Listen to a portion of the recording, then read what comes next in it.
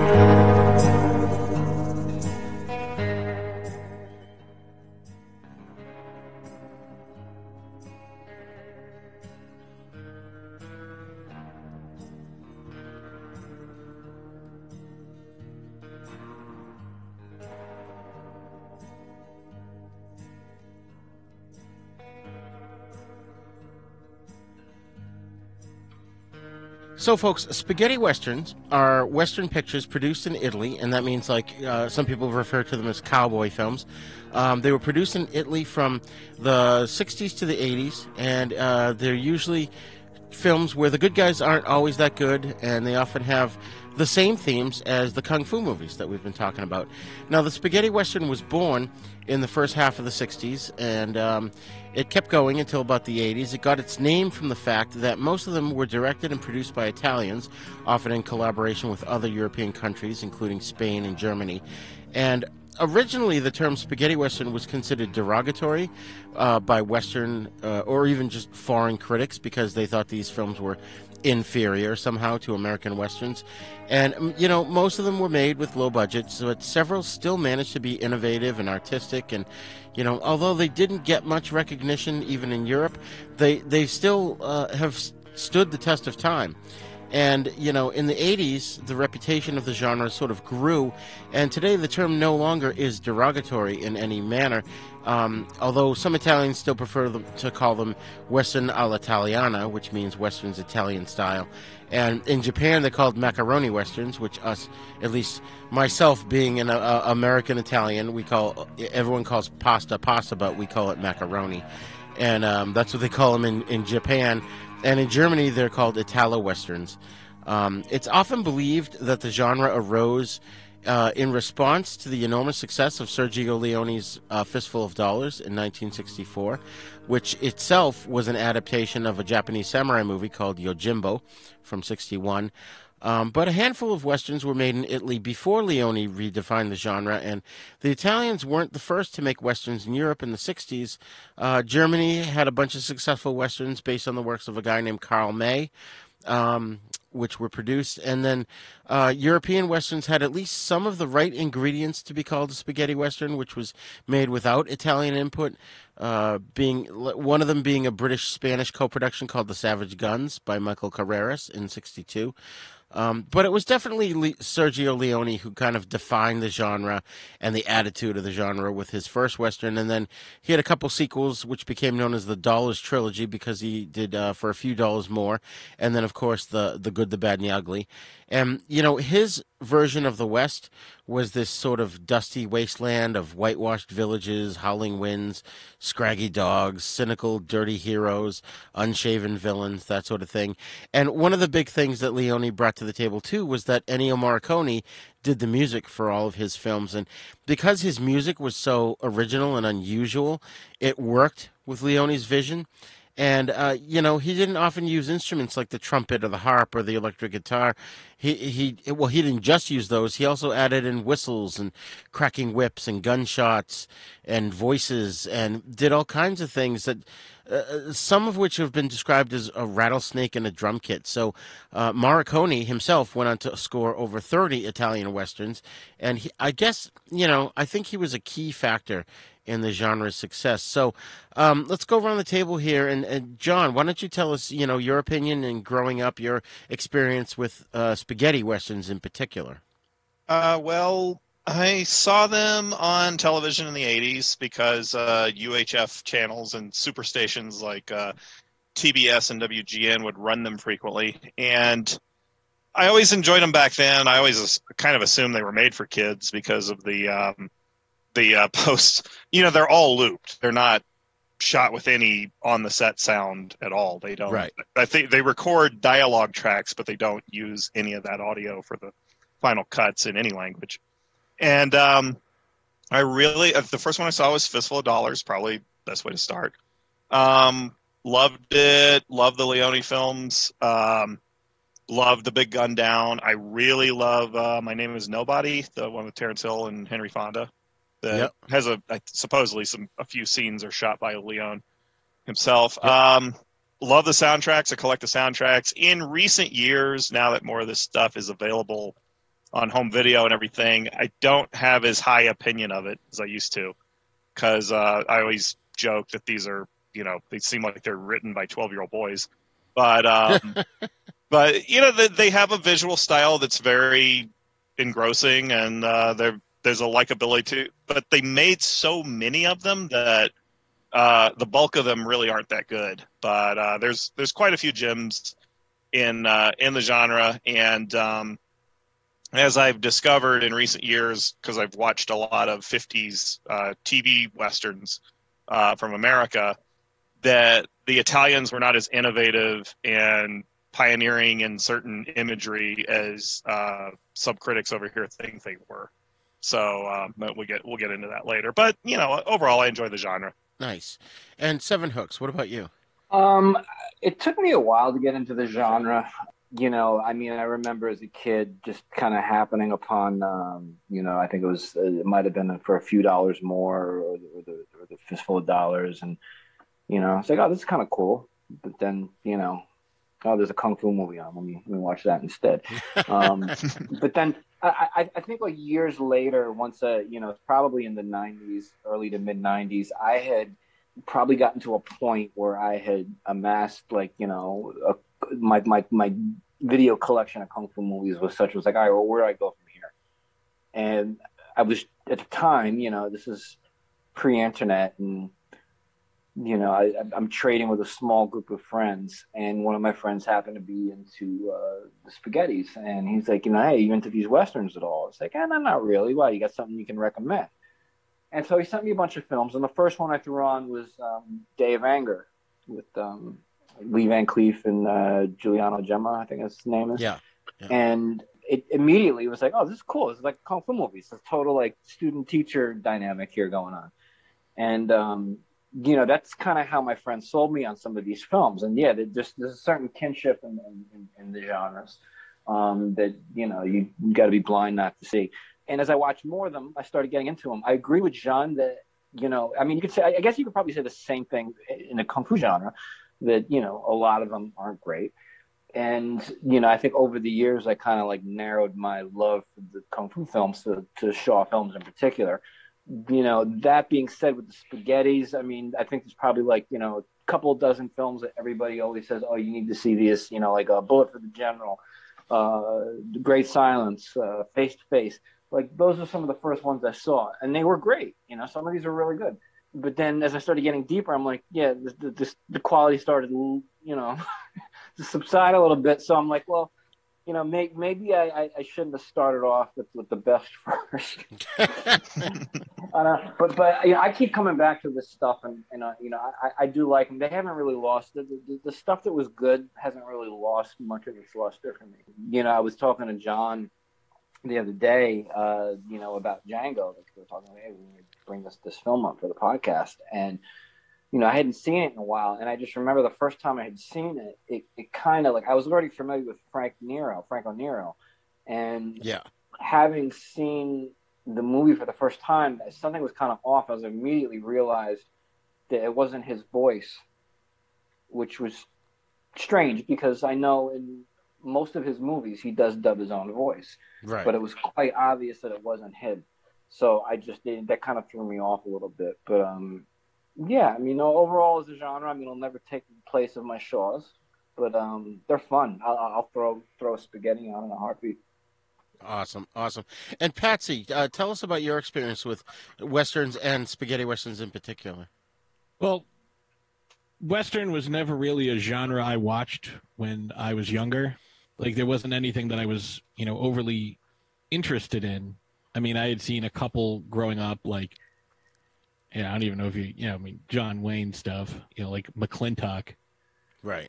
But like that's really about it. Then, you know, I got into some horror westerns, you know, like Bone Tomahawk. And there was another one, I forget what it was, some zombie one with Henry Thomas from E.T. Was that The Burrowers? Maybe? I'm trying to, it was like some weird, like they robbed a bank and then there were zombies. I don't know. Okay. It wasn't very good. There was a ton of zombie crows. Like, it wasn't great. Yeah, no, that wasn't that. I'm trying to think.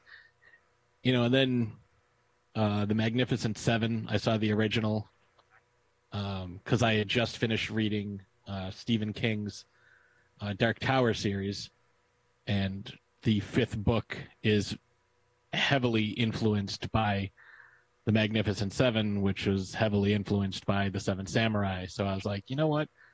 I might enjoy that. I don't watch westerns, but I might enjoy that. And I did. I watched the remake of it. But, you know, other than that, I really never watched westerns. But, you know, when, you know, you asked me to, you know, come on the show and, you know, as a guest a couple of times, and I started really enjoying them, like, you know, some of the, you know, the Gemma stuff, you know, Terrence Hill and Bud Spencer, especially, I've enjoyed. Even though a lot of it, you know, we kind of make fun of a lot of the things that happen in these movies, but I mean, every movie, there is no movie that is without flaw. So, right. But yeah, like this has really been my only exposure to you know, westerns or spaghetti westerns is, you know, watching stuff for the podcast. And one of the things I will always do is I will refrain from watching trailers or looking anything up. So I just go into it completely cold. Like I have no idea what's going on. I just know I see the poster and like that's about it. But I mean, with something like, you know, a Terrence Hill movie, like half of them is like him in a reclined position with one shoe on. Like that's half the movie posters because that's half the characters he plays. It's like, oh, I wonder how this one's going to be different from the last time he played a grubby goofball gunfighter who's faster than everyone else, but also seems to have the gymnastic reflexes of a young Mary Lou Retton. Like, but I haven't seen any of the Eastwood stuff. Like, I've never seen any of that. I will say I was familiar with who Ennio Morricone was because of his work on some of the Leone stuff, as well as one thing that I don't think a ton of people realize is, in addition to Tarantino getting him his first Oscar for Hateful Eight, which to me is an absolute goddamn crime that he didn't have an Oscar for for composition. Damn you, John Williams. But he also did the synth score for The Thing. Yes. And that being a Carpenter movie, and Carpenter being known for his, synth-based themes, and the fact that he did themes to, all of his movies pretty much, that comes to as a shock to a lot of people. It's like, wait a minute, Ennio Morricone, like the good, the bad, and the ugly Ennio Morricone, like he did that, like that thumping bass synth score to The Thing. I loved that when I found out about it. I thought it was great. But yeah, like I am definitely, especially compared to you guys, I am an absolute neophyte. So I think I've maybe seen a dozen Westerns. Interesting. Yeah. And we've talked about that on the show before. And, I grew up, of course, in the 70s. So we had Big Valley, Bonanza, all those shows, The Rifleman. There's so many Westerns. I mean, you couldn't throw a stone in the 60s without hitting a Western, because there were so many Westerns on TV. And my grandmother was the hugest John Wayne fan. And I think I've said this before, maybe not on this show, but, when Elvis Presley died and when John Wayne died, she cried for 2 days for both those guys. And, that really spoke a lot to me. And I grew up with all that. And I think El Dorado is probably one of my favorite John Wayne movies. And, but, growing up too, we did see on TV the Lee Van Cleef spaghetti westerns and the Clint Eastwood spaghetti westerns, and those were prevalent. And I think at the time growing up, I didn't know there was a difference, although you can kind of tell that something was different, because the American westerns were cleaner, the good guys were gooder, if that's a word. The bad guys were badder, And in the spaghetti westerns, they were just grittier, and the good guys weren't quite so good all the time. And I remember loving Audie Murphy. I mean, one of my favorite Audie Murphy movies is called The Guns of Fort Petticoat, and it's such an amazing story. And it's just something that's not a spaghetti western, so we may not cover it on this show, but there was just so many that came out, and it wasn't really until I guess when I was in my 20s, like in the 90s, that I started to realize this was a whole separate genre, that these movies made in Italy that were co-produced sometimes in Germany and Spain and stuff were different than the traditional American Western.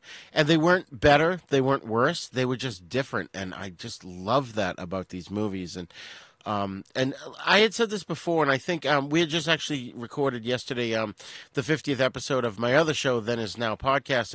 And when I first came up with the concept of this show, The East Meets the West, I was telling my son, because he's co-hosted several shows with me, and in fact, the first episode of this one. And when I was coming up with the concept, I was like, well, I want more information about the Shaw Brothers, but at the same time, I want more information about spaghetti westerns, and I can't find any podcasts on them. I think I'm going to do 2 podcasts. And he was like, well, Pop, those are 2 niche genres, 2 separate niche genres. Why don't you do one show and mash them together? And so it was a brilliant idea. And I was like, all right, yeah, I'll do that. And that's where the concept came from. And little did I realize that the spaghetti westerns and the Shaw, in particular, the Shaw Brothers Kung Fu movies, not just Kung Fu movies, they shared similar themes, similar tropes, similar concepts. The good guys and the bad guys were very similar. And Pat, as you know, as we've explored some of these films, I mean, we're only up to episode 13 now, but we found quite a few similarities between the spaghetti westerns and the Shaw Brothers, and completely unintentional. I think there was one situation where we probably could have paired the Shaw Brothers film Life Gamble with Ace High.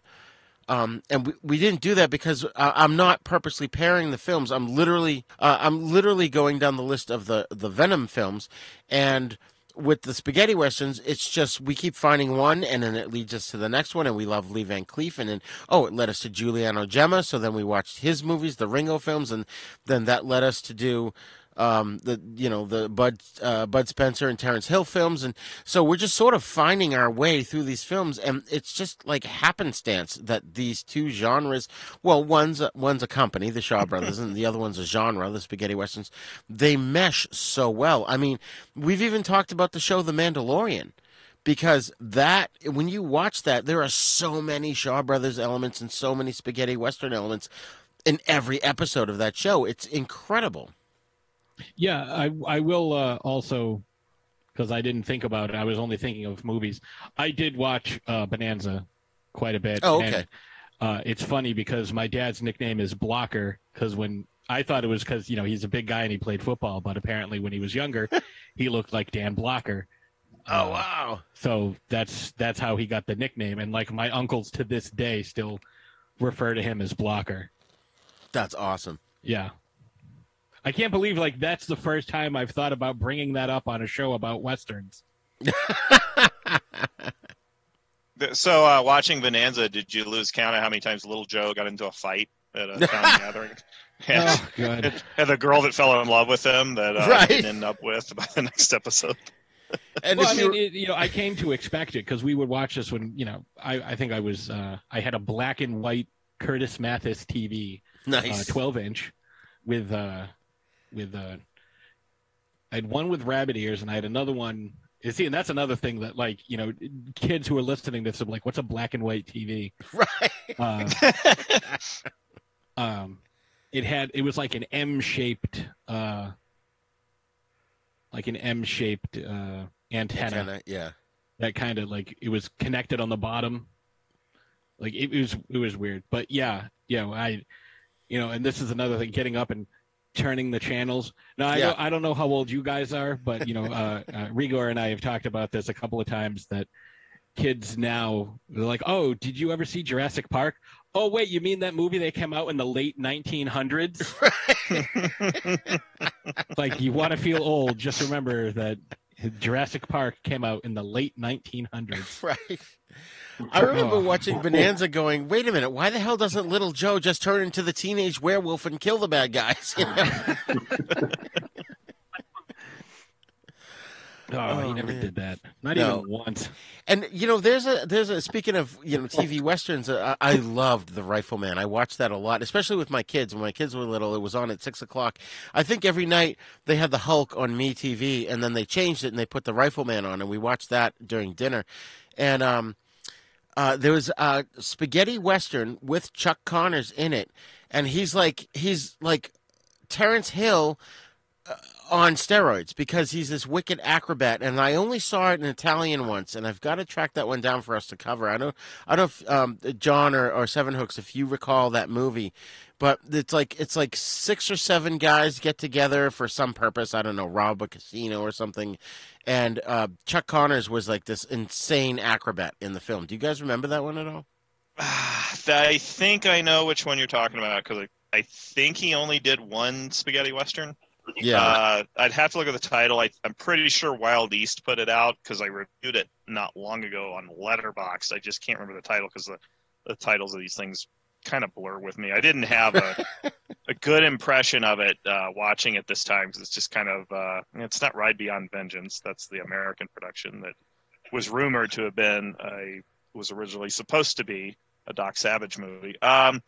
Kill Them All and Come Back Alone, I think is what you're referring to, with an Enzo Castellari film. That explains a lot right there. Yeah. I thought it was like it's pretty much just an excuse to have a lot of great second unit stunt work and action in the last half hour. And some people watch these just for that type of thing, because the Italian stuntmen were crazy in the 60s. But that's about all I really got out of the movie at the time. I think that's the one you're talking about, though. Okay, yeah, we'll have to look that one up. But we've been on this interesting path, like I said, with Lee Van Cleef and Giuliano Gemma, which I just found in my research on newspaper ads. I think, Pat, I might have sent this one to you. There was a movie that I found that he was in that appeared here in America. I, of course, can't remember the name of it. Terrence Hill, which he's actually going to come on the show, I think, in October. And, Bud Spencer and Henry Fonda and all these guys. We will touch upon the Clint Eastwood films on the show. I'm saving those for like our big ones, like our 25th and our 50th and all those episodes. But Yeah, So- and I'm resisting the urge to watch them prior to that. So I go in just. It's like they keep popping up. It's like, oh, you watch this. What about this one? Right. But like Giuliano Gemma, what was his name now? It was he had an American name when we first watched A Pistol for Ringo, right? Wasn't it like Mortimer, like Wilson? It was Montgomery Wood. I think it was Montgomery Wood. Yeah. Mortimer I was Wilson. I was like Mortimer Wilson. No, that's not it. Yeah. Like, it's like that's not even close. But like I get it. Like certain guys change their names because their regular name isn't cool. Like Mark Vincent is Vin Diesel. Yeah. Right. Like again, not even close. Terry Bollea is Hulk Hogan. Yeah. But Lawrence Toriad is Mr. T. Like that makes sense. Yeah. In Gemma's case, is just his name was too ethnic Italian, and Yeah. the spaghetti westerns had a bad critical reputation in the 60s, and like critics in America hated them, and just probably because they were from Italy, and I don't think they liked some of the violent aspects of. They didn't like how Sergio Leone was bringing James Bond type violence into westerns. I think was Right. sort of the excuse, but those films were very loathed by critics back then. And what you would do is if you had somebody whose name was way too, like they sounded like somebody from Rome, you're just going to give them an American name and hope they get by on that. It was purely a distributor's decision, kind of like how Charles Baczynski became Charles Bronson, because Baczynski was just too, Right. too ethnic or whatever. Right. Too Or even Slavic. Alan Steele is Hercules, Yeah. Yeah, or if you're into wrestling, Michael Higginbottom became Shawn Michaels, which fits his character much better than marketing Michael Higginbottom as Yeah. this sex symbol. I'm the sexy boy. Oh yeah, not with that name, you're not. Right. Yeah, Shawn Michaels, he sounds like an actor playing one of the Hardy Boys or something, like Sean Yeah. Cassidy or whatever. Yeah, like It's better sound. yeah, it's just it flows better. Well, I mean, for God's sakes, John Wayne was Marion Michael Morrison, and Yeah. he smartly John decided Wayne's to change way it to John better Wayne. for marketing. Yeah. Yes. I'd always think of that movie with Stallone called Cobra, where I guess his name was Marion in that Marion? movie. He's like, yeah, Marion I wanted a Cobretti? cooler name like Alice. Yeah, I think that was Stallone paying tribute to Wayne, without a doubt. I definitely think that he that particular. Well, not to get too far off track, like they came up like, okay, he's a cop and his name is Cobra. Now, what's his real name? Cobretti? Glenn, you just got promoted.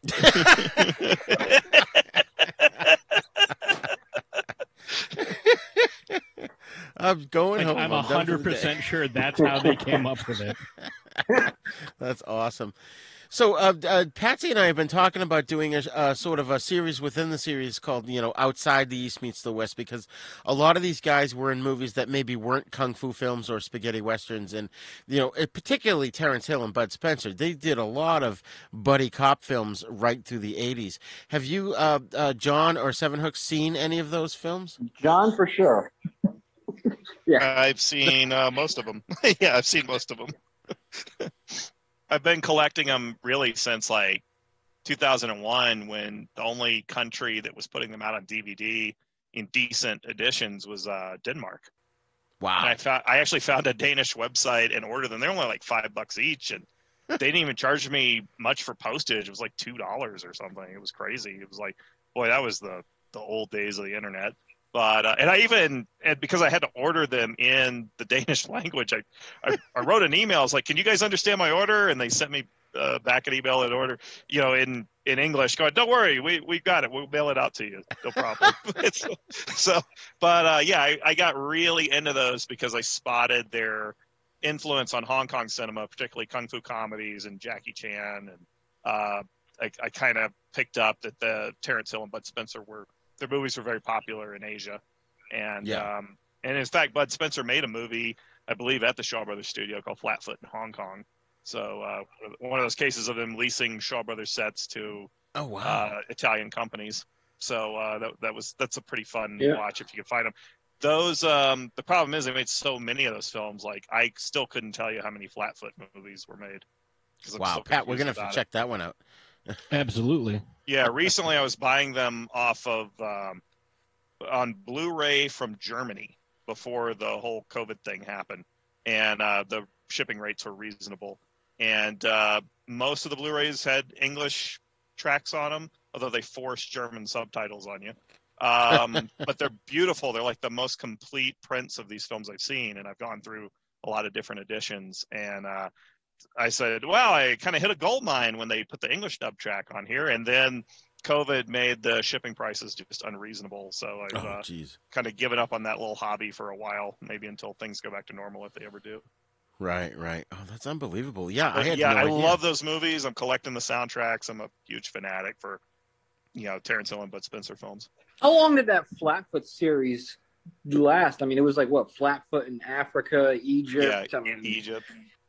I think it went on until about 81 or 82 when he started making movies in Miami more regularly, and went to TV with the TV movie series called Extra Large. And Philip Michael Thomas was his co-star, and then after Philip Michael Thomas quit after a few movies, then it was Michael Winslow, the guy from Police Academy who does the sound effects. Yeah. So, they had really exhaustive, successful careers, and it's something Americans don't quite have a grasp of. And even spaghetti western fanzines and stuff, they hate these films because they think they killed the genre. Oh, they made it funny. And it's like, well, they became the biggest stars because there was nothing left to do in the genre by 1969. There was nothing new you were going to be able to do, so you started seeing a lot of comedies. And these guys just had the right formula, and Terrence Hill and Bud Spencer made the most successful spaghetti westerns of all time. Right. And we covered the Trinity films, and what was the ones prior to that? It was Boot Hill. Cat and Dog movies. Yes, yeah. The Cat and Dog trilogy, which I don't like those as much. I just watched Boot Hill in HD for the first time and didn't care for it at all. But and God Forgives, I don't. That's probably the best of the three, and that's pretty good. And Aces High is okay. Yeah. They just didn't have their comedy down. Terrence Hill was coming off being a Franco Nero lookalike, because Franco Nero became a huge star the year Django was released, and they had 2 more movies come out. So they needed a Franco Nero lookalike for Django. And what is it? Django Kills or Finds a Coffin, or whatever the hell it's called. Right. Django Arrow goes straight to video. Yeah. It's like it's Django Django Rides or something like that. I forget. It's Django Prepare a Coffin. That's what it is. Okay. It's on Arrow. Arrow released a Blu-ray, and Terrence Hill got the role just because he looked like Franco Nero, and so somehow they figured out for a couple of movies later, hey, he'd be great for comedy. So, it was a whole new career. But originally he was a Franco Nero clone. Right. And I think Terrence Hill managed to, obviously carve himself a niche with that by just his personality alone. Yeah, he went way past Franco. The truth is, like, Franco was making comedy spaghetti westerns after he completed The Brute and the Beast or Massacre Time, the Lucio Fulci western. Then he started doing comedies with Corbucci, like The Mercenary, and then eventually Corbucci made movies with Terrence Hill that were comedies. And I actually think Corbucci's better with comedy than he is with straightforward action, but I'm sure there's a lot of disagreement there. Yeah. Interesting. So, I wanted to say with Franco Nero, for me, I probably saw him in Django as a kid, but I remembered him from Enter the Ninja. That was really my introduction to Franco Nero. You didn't watch Camelot? I probably did. Is that the one with Richard Harris? Yeah, he's in Camelot, but apparently he's dubbed. Oh, okay. I was familiar with that, but it probably didn't interest me because it was a musical. But even though I've come to appreciate musicals in my adult years. But so Enter the Ninja, that for me, that was Franco Nero. And then when I realized he was Django in Django, that would just kind of blew me away, Right. He was only working in movies like Enter the Ninja because Franco and I have a mutual friend who is currently doing our third mic work on our podcast, Eric Zaldivar. And I learned a lot about Franco from Eric. And apparently Franco's cousin was his business manager in like the late 70s and stole all his money. Oh, no. So Franco had to... That tends to be the thing. Yeah, no, Franco had to go to, like, he signs contracts with Canon Films, and he does movies like, well, The Salamander was a pretty big boost. He started working in America a lot to make his money back, so he that's why he ended up in Enter the Ninja, and he basically replaced. Although Mike Stone has come out and said that he thinks that the plan was to replace him with Franco the whole time, and they were just kind of doing what they did was Mike Stone sells the Enter the Ninja script to Canon Films. They go to the Philippines and start shooting with Mike as the star. 2 weeks later, they fire the director and they fire Mike, but then hire him back for like twice the money to stay on as a choreographer and fight double for Franco Nero. Huh. But Mike has recently said that was the plan the whole time. They had signed a deal with Franco Nero, and they were gonna do that anyway. But they did some weird thing where they made it look like they were firing Mike Stone in the beginning or something. I don't know. That whole story's Canon Films is a pretty crazy outfit. Oh yeah, and Shokusugi was the villain in that, right? Right. And Shokusugi was the replacement. Originally, Mike Stone wanted Tadashi Yamashita, who was the villain in The Octagon. Oh yeah, and had done some Toei films with Sonny Chiba, and had done some films for Toei. And Tadashi he was like, no, I want to be the star. I want to be the hero. So Tadashi didn't get the role. So Shokusugi was another local martial arts guy that Mike just took with him. And Sho ended up being offered a film contract. They were going to put him in Revenge of the Ninja and give him his own series of films. And then Sho leaves Canon Films after the next two movies and signs a deal getting $1 million a picture with Trans World Entertainment, Crown Pictures, and these other producers. So it's kind of funny how Sho cashed out pretty quick. Wow. I put in a word to Franco Nero's publicist, try and get him on the show. So I don't know if you could put in a good word for us with your buddy. I don't know about that. Eric says he doesn't expect to hear from Franco again unless Franco has to move from his condo in Miami or something and needs his help, moving boxes around or something. Oh, we can help him move boxes, right, Pat? Yeah, I'll help move some stuff.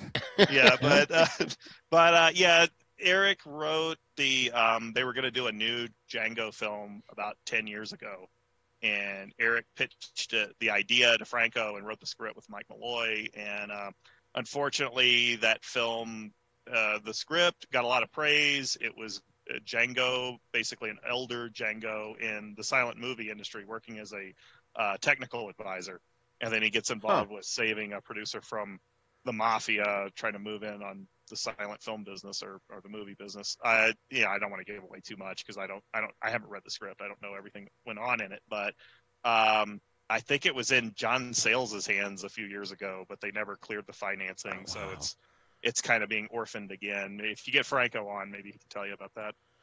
And the only official sequel to Django from '66 was in the '80s, right? Was it Django Lives? Yeah.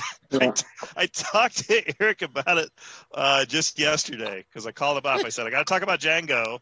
I'm not able to watch the movie again for the show, but I need some dirt, just to be interesting. And although I know the movie really well. So apparently Franco really regretted shooting that Django sequel. It was filmed in Colombia, I believe. And the only reason he made it was basically he just wanted to go fishing in Colombia. That's the only reason he made the film. And what is he, John Huston? Sounds like everything Adam Sandler does now. Right, exactly. And it's a very Hollywood of Franco there. I think it was getting to him. And the aspect of the original Django film, which I guess we'll talk about in detail later on, in the film he has his hands broken. Right. And the sequel doesn't acknowledge the broken hands at all. None of the sequels do. None of them do, except for a spoof scene in an early Terrence Hill Western called Rita of the West. I guess a Django character makes a cameo and he's got broken hands. So the spoof was more faithful to the original film than the official sequel. So when Eric wrote when he and Mike wrote the Django script, the new Django script, he has Django with broken hands, and that's a problem for the character, and he has to work his way around being able to win, I guess, gun battles and getting out of situations with broken hands. But he said Franco was like, why he got to have broken hands?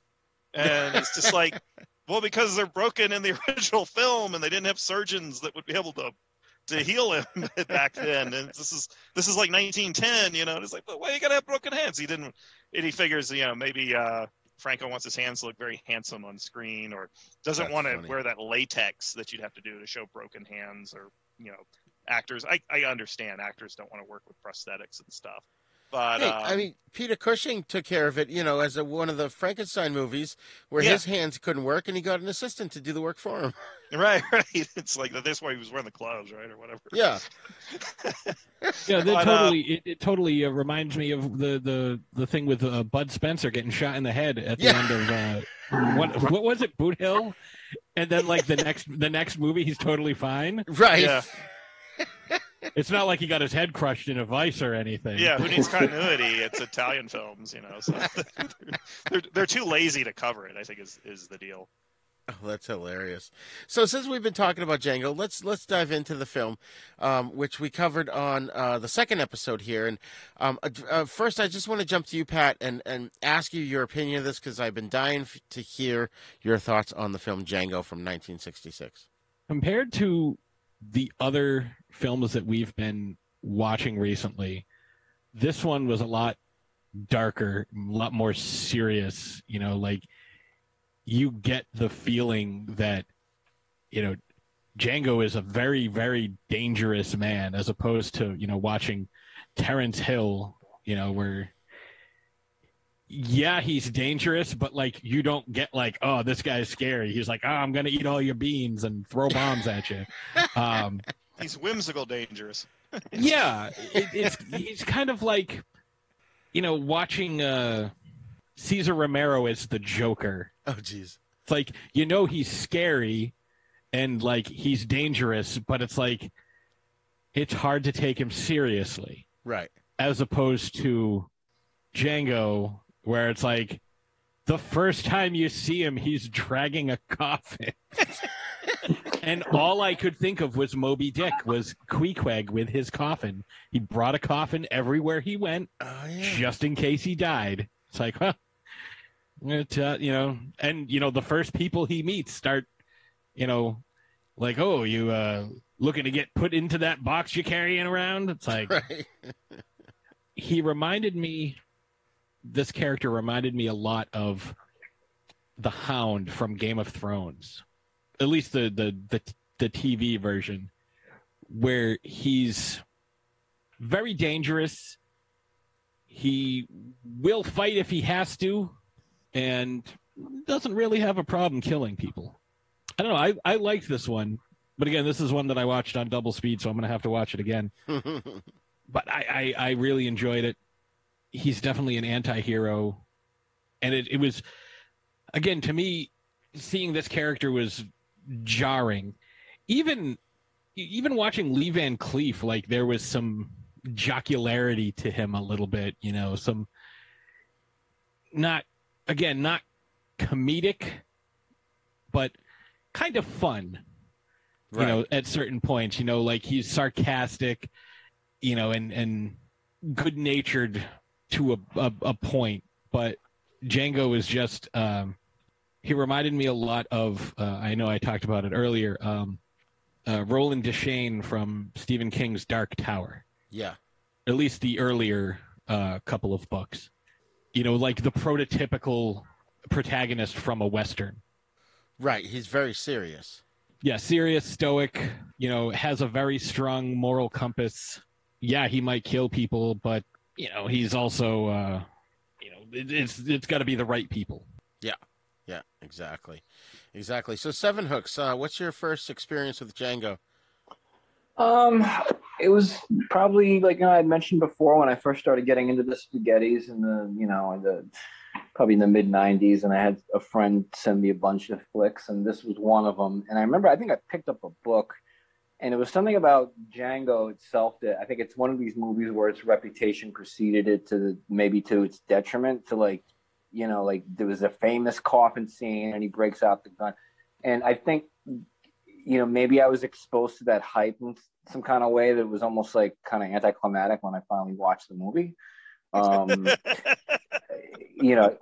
feel like the first two, the Venoms and Django, like I'm kind of like talking down on both these movies. I'm being a downer, but I like the soundtrack. Who was it? Louis Bacalov. Oh yeah. That song is just iconic.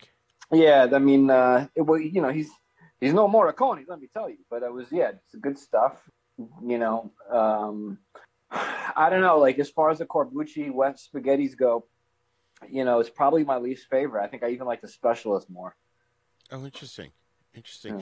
I had a question, Pat. Did you know what was going to come out of the coffin? No, I had no idea.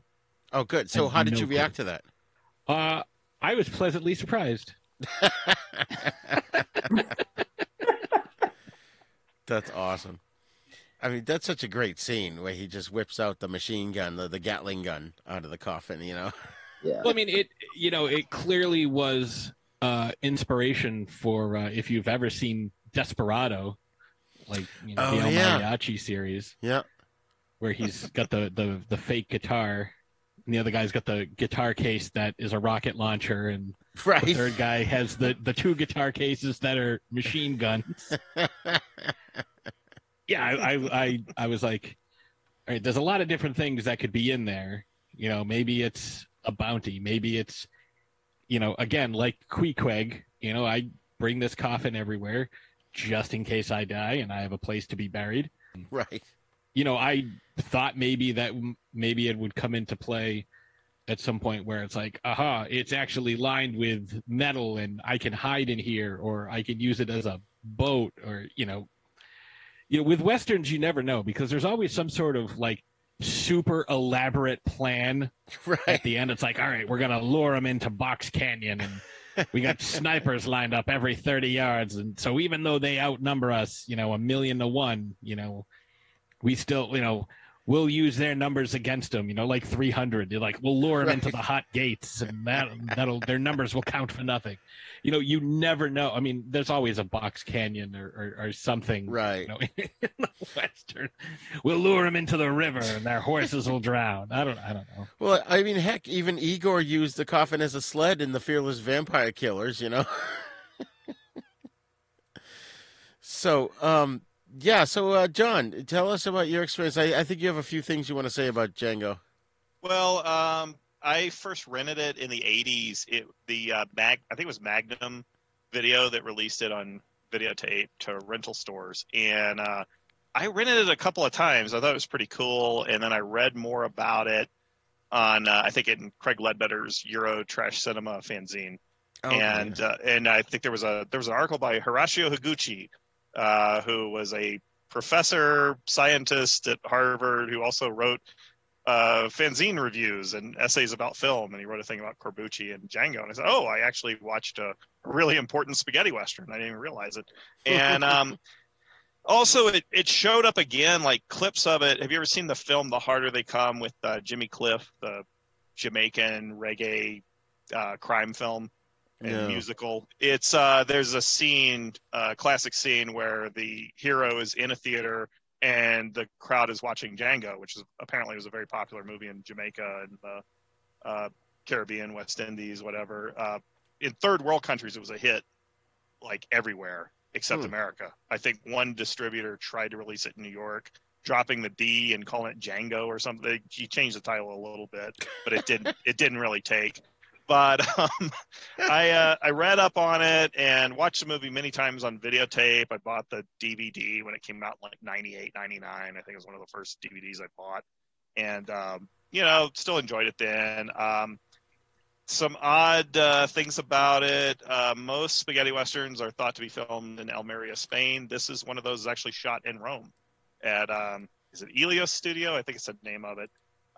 There's although I talked to Eric about it, Eric doesn't even think it was really filmed at Elios Studio because it doesn't resemble the same Western set that you see in like the Sabata movies a couple of years later, which were also supposedly shot in Rome. Right. And he said he's never seen that Western town set in other films, so he thinks it was actually a slapped together, cheaper set than usual.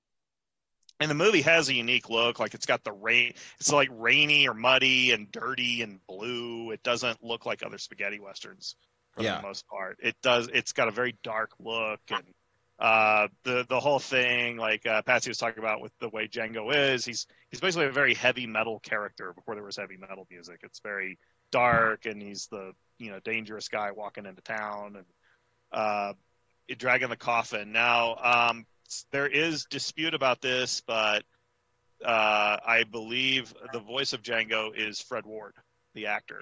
Really? Yeah, in his younger days, he lived in Italy and worked in Rome as a dubber on spaghetti westerns, and that is believed to be his voice. I've seen there is some disagreement about it. They claim it's another actor, but Fred Ward named his kid Django, and I don't think it's any coincidence. I don't think it was just because he was a big Django Reinhardt fan. I think it's because he dubbed Franco Nero's voice in this western that was, I think, a huge hit that year, and it was even a hit in Japan, and it's iconically loved over there as well. By the way, real quick, John, before I forget, you're talking about the harder they come and how, a lot of people don't know just how popular spaghetti westerns and kung fu movies are in the West Indies and especially Jamaica. I found out the other day that there was a cop, a very famous cop in Jamaica. He's still around. You could look this guy up. His name is Keith Gardner, also known as Trinity. Huh. Nice. That's awesome. Yeah, they love that stuff. And if you get the Lee Perry ska compilations from like the 60s and early 70s of like the Upsetter tracks and the dub tracks, they're always named after spaghetti westerns and kung fu films. Yep. Very persistent. But yeah, Lee Perry has a track called Django Rides Again, and all it is like a Hammond B3 beat dubbed down to bass or whatever. The movie itself, I asked Eric about its origins since I wasn't able to watch it before this recording. I haven't seen the film in like 10 years, but he said that what the story going around now, and I don't know what you can believe because Italians change their stories all the time. Well, yeah. Because Italian producers, particularly the film business, very dishonest people, and they will rewrite history all the friggin' time. And what he said was Corbucci supposedly saw a comic book cover at a newsstand rack of a cowboy dragging his own coffin. And he loved the image so much that he cobbled together some money, which means an uncle gave it to him or something, and got Franco and shot just the scene of Franco dragging the coffin in the muddy street. And then they took a break for Christmas. That's all they filmed.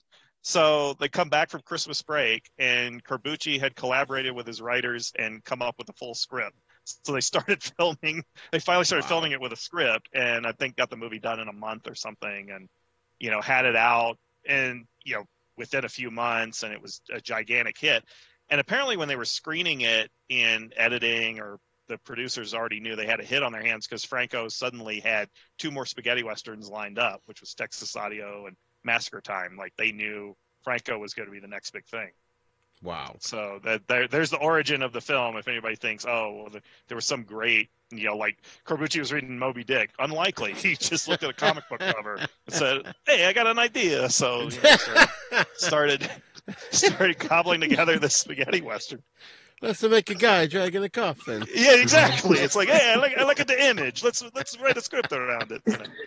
It's kind of funny. Like I do, again, looking at the influence of what you're talking about. If you've seen Django Unchained, there's a scene where Jamie Foxx is talking to Nero, and like you said, they tried to do like a rip-off version with no D, and he even says, he's like, "What's your name?" It's like, "Django. The D is silent." Yes.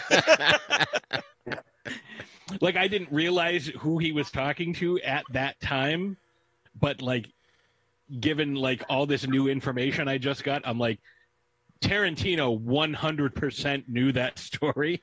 Right. Yeah, he probably did. That's all he did. And like anytime you see a jukebox in his movies, that's his jukebox with his music that's already loaded up in it. Oh, really? Yeah. Oh, that's awesome. Like the scene in Death Proof, like that's his jukebox. Oh, that's cool. Or Pulp Fiction. Yeah, Pulp Fiction, Death, like it's his jukebox, and those records are already, like, he didn't have to go out and get them. That stuff's already in there, and he just likes it and uses it for his movies. That's amazing. So yeah, Tarantino and Robert Rodriguez, I mean, because they collaborate so often anyways, you figure there's a lot of overlap. It's like, oh, have you seen this? You should watch this. Have you seen that? You should watch this. Right. And clearly this film has had an influence on both of them. Oh yeah, yeah, absolutely, absolutely. And there were 26 unofficial sequels, right, or 25 unofficial sequels Um, to this movie. I'll have to send you a link to Eric Zeltifer did a video covering every Django movie ever made, and Is I it think he more or managed. less? It's I can't remember the exact number, but it was something. I think it's only 26 minutes long or something. It's not a long video, and but yeah, he covered the whole stretch of those films and everything. But I mean, the amount of sequels, is it more or less than 25? I think it's more because of the retitling. There's only Oh, one. okay. There's only one official real sequel, which is the Right. one with Franco with clean, unbroken hands as a monk in Colombia, and the He rest would, are just they were probably started under another title and they just changed the title to make it more appealing to distributors in other countries because the Django name could sell a film real easy. oh yeah, they did that with all of them, like Sabata, Sartana, all those Hmm. movies. They Trinity. made Trinity. They made unofficial sequels with guys that look like the guys from the original, just to cash in on it. Yeah, Italians are ruthless. They're just dishonest like that. Yeah. They don't care. Now, one thing I loved about Django, the original, obviously, that we've been talking about is, first of all, the iconic theme. I can't get that out of my head. Every time I hear it, it just runs in my head. But they even nestle that into the background music, which is great. Yeah. And there's a scene where he shoots behind himself like Trinity, and this came out before Trinity, so I have a feeling that influenced that Oh yeah, aspect yeah. of the character. Terrence Hill was definitely taking the piss out of Django with that, Oh yeah, yeah, because he was establishing his own thing, and I mean by that time he was pretty much making fun of Franco Nero's presence in film. So right. and Nero wasn't even doing spaghetti westerns that much. He was off doing international productions, and Oh yeah. it was Terrence Hill's time to shine. And absolutely, absolutely. And there's so many hilarious scenes in this movie, but the one that stands out to me is when he's trying to sneak the coffin down the ladder, and he paid the prostitute to change her clothes in front of the window, so she's distracting the bad guys. Well, Yeah. he literally they have no peripheral vision. He's just sliding the coffin down the ladder. I just love that scene. It's a Corbucci humor come to play, Yeah, yeah. So let's switch over. We've been running long here. We're almost at 2 hours and 45 minutes here. So let's talk about The Stranger and the Gunfighter, which was also known as Blood Money from 1974. Now, this was directed by Antonio Margheriti, and it starred Lee Van Cleef, and it was a co-production with Shaw Brothers. And I think that was the reason I sort of chose it for the first episode, because I wanted to sort of have a bridge between the Shaw Brothers and the spaghetti westerns. And let's start with you, John. Your opinion when the first time you saw this. Tell us a little bit about what you know about The Stranger and the Gunfighter. I first knew about it because I was reading the Marvel comic magazine Deadly Hands of Kung Fu, and I was collecting back issues. And in '83, that was really the easiest way to learn about 70s Kung Fu cinema, because they had all these, between the comic stories of Shang-Chi and Iron Fist and Sons of the Tiger, they would have these articles about Kung Fu films and the ones that were being released in New York that month. And that's why I first learned about this film, looked up the Leonard Maltin TV movies listing, and I said, okay, this is a movie I have to see one day. And I think I rented the RCA videotape a few years later when I had a VCR and video rental store membership. And I didn't remember much about it. I thought it was just okay. And I was a big fan of Lee Van Cleef and Shaw Brothers films. But, and of course it's pan and scan. It's not the best way to appreciate it. Right. I did not watch it again until you asked me to be on this show. And I happened to have a French DVD of the film sold to me for $1 by Dave Zuzzello. And it happened to be widescreen. It's letterboxed, anamorphic. It has the English dub on it, but they force the French subtitles on you. So the typical French obnoxiousness that you get from this sort of situation. It's only the print only runs 89 minutes, and I think the American version or another version was longer. It was like 100 something minutes, and it plays pretty good at 89 minutes. I would actually say it plays better than it did in the longer version. I don't think longer versions are necessarily always better.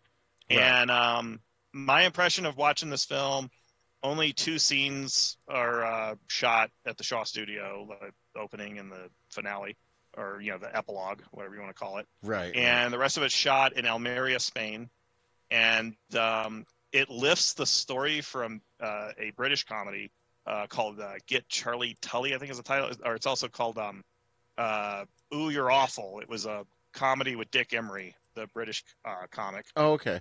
Yeah, and it stole that plot of the clues to the treasure are on the bottoms of these pretty young ladies, and the heroes have to get photos or examine their butts to get the clues to the treasure, and which is in the Dick Emery film, and several movies rip that off, including the Hong Kong series, the first film in the Hong Kong series, Aces Go Places. So it takes that plot. It's mostly a comedy.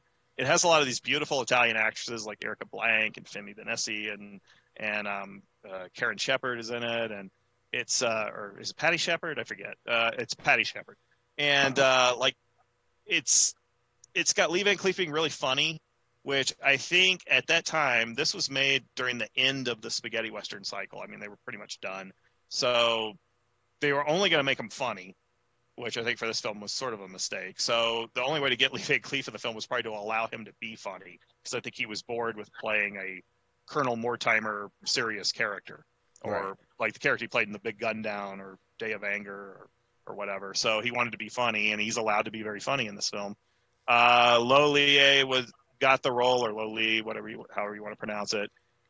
He got the role because he was a star of King Boxer, Five Fingers of Death, which was a huge hit in Italy and huge hit across Europe, I believe. And so he was going to be the star, or the Shaw Brothers star. I think that was kind of a mistake, because Lo Lee is not really the best fighter, not the best screen fighter. He actually has very little training in martial arts or athletics. And he's kind of like, you look at his kicks, they're not very good. You look at his punching, it's very dance-like it was taught to him in the last minute. The fights are played for laughs. They play like a weird Moog synthesizer sound while he's fighting and everything. It's not really what they should have gone for, because you want this movie to be for a few dollars more meets King Boxer, and instead it's more like a Trinity knockoff or a Shanghai Joe movie. It's kind of, a lot of it's played for laughs. It doesn't become the movie you want it to be until the last 15 minutes. Where it's serious and there's some ass kicking, and that's what you wanted to see the whole time. But it's still, I find the movie very entertaining. It's hard to dislike, and it's unique to see the film play out this way, and it's very watchable, at least in this 89-minute French DVD version. So that's kind of what I think about the movie. But yeah, Lo Lie, sorry to hurt people's image of him. Even Gordon Liu, in the interview with, I think, for 36 Chamber of Shaolin on that DVD, he said the scariest part of making that movie was doing a fight scene with Lo Lie, because Lo Lie did not know martial arts and was very hard to work with the weapons, because he was going to get hit. He didn't know how to pull the moves and stuff. So, That's hilarious. Sevenhooks. What's your experience with The Stranger and the Gunfighter? Yeah. I guess as a DJ, I kind of come to really hate the term mashup, but this is a really fun mashup, and it's certainly a precursor to Shanghai Noon. Yep. And it's when you're talking about Lo Lie, John. It's funny because when you were talking earlier about when we were talking about the Venoms and King Boxer and Five Fingers of Death, and how he kind of, in a way, for a few years, he really was kind of like their go-to guy after the whole Jimmy Wang Yu thing. He kind of left. And when you were talking about this, I'm trying to think, he wasn't really the best fighter, but I'm trying to picture Jimmy Wang Yu in there instead. And I think Lo Lie probably would have did a better job anyway. I could be wrong, but it's funny because I remember seeing a interview with Lo Lie years ago, and it was in English, and as far as I could tell, this was actually his real voice, which is a pretty rare thing. I mean, even not a lot of people know, but all these films and the Shaw Brothers, they just shot them all silent. So even if you're listening to them in Mandarin and Cantonese, chances are you're not hearing the actors' voices anyway. It's somebody else dubbing them. Right. Which is why I never had a problem with dubs. Listening to his real voice, I can see why he never made it as an international star. I'll just put it like that. Because it's too meek sounding? Yeah. Yeah, it's not, it's, you know, it's... Sounded like Gilbert Gottfried. I should know this, John, but I forget the guy that used to who the one dubber was that was always dubbing Fu Sheng's voice. It's I think it's probably Chris Hilton, because he always did David Chang's voice too. Yeah, it was either Hilton or Savage, one of those two guys. Yeah, well, there's a guy, I think it's Warren Rook, I think is his name. I'm not sure, but he also does the kind of light, funny voice.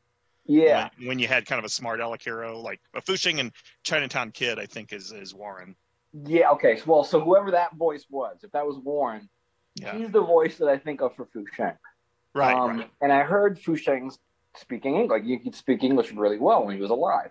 And hearing his voice, I was like, oh, no. Like, he probably wouldn't have come across as, you know, because you're just so used to hearing, like, a certain voice to go along with the character. Yeah. So, I mean, that could just be my own prejudice, you know, being used to the dubs for over the years. But, yeah, it was weird. Listening to Lole was just like, you know, it took me a minute to get used to that. But you wanted Ted Thomas voicing him, right? Yes, exactly. Exactly. It was a fun film. But, yeah. Well, it's funny, too, because, you know, Patsy and I have had some interesting conversations about, you know, the voiceovers. So, you know, Patsy, I know you have some strong opinions about that. If you want to tell us about that and then get into your opinion of Stranger and the Gunfighter. Yeah, you know, certain times, you know, like the inconsistency of some of the voices where, you know, you have like this, you know, big jacked guy and he's got like, you know, this really like high pitched, you know, I'm almost going through puberty 12-year-old voice. Like, it's so jarring and off-putting, you know, or you just have somebody who's supposed to be like this fun, you know, jovial character, but they sound like Bud Spencer. Like, it throws you off so badly. It's, you know, and obviously there have been lots and lots of spoofs and things, you know, when it comes to, you know, referring to, you know, dubs, but I think my favorite is probably in Suburban Commando when The Undertaker speaks for the first time and he's got like this high-pitched helium voice and Hulk Hogan's like, oh, no wonder you guys never talk, you know, like, you know, because you would have that in so many of these movies where it's like that voice, it's like, all right, what's the actor that's in the movie? Well, he's 6'5", 285 pounds. You know, big burly guy, you know, like, again, like a Bud Spencer. And it's like, all right, who's doing the voice? Oh, we have this guy, Paul Rubens. He's going to do the voice. Yeah. And it's like, oh, like that, it doesn't fit. You know, you're not going to have, you know, Martin Short, you know, voicing Darth Vader. Like, it just, like, that's, you know, that sometime that can really take you out of the immersion of a film. Like, the film could be perfect otherwise, but, you know, the sound is as much of an atmospheric, you know, trying to think of the word I'm using that I want to use, but like, yeah, an atmospheric element that, you know, helps tell the story. And if it's so jarring and off-putting, you know, like in certain situations, like that can work. You know, like you were talking, somebody, I forget who it was talking about like the sound to a fight earlier, and like it was like the fight scene was scored with like some weird, like, you know, poppy synth. It's the Moog. It's a Moog keyboard effect. And it's like, that's not how that's supposed to sound. Like, right. Or like, you know, but, you know, certain times, again, you know, A Clockwork Orange, you know, Singing in the Rain, that whole scene, like where it's this weird juxtaposition of like a happy, upbeat music in a, but that, like, that's done intentionally. Kubrick did that on purpose to kind of juxtapose the action on screen with this, you know, happy, upbeat song. But when you have, you know, one specific musical cue that you use over and over and over, no matter what the situation is, like it starts to lose its effect and like really pulls you out of the film. Like you could be getting invested in it. It's like, okay, I like this character. I like these, you know, the interactions that they're having. I like the action. I like the sets. And it's like, oh, this music is just, it's so wrong. Like why? Like what? Like, you know, if the end of Dirty Dancing was set to some sort of like grindcore, you know, like screaming, growling, you know, Norwegian black metal, like would not have had the same impact. It would have taken you right out of the film. I think the perfect example of the problem you're talking about is in the movie The Man with a Golden Gun. It had what at the time was the most amazing car stunt ever filmed, and where the car does like a loop. It's going across like a tight river, and then it has like a music cue, like whoop, like like a whistle, and it ruined the whole effect of the stunt.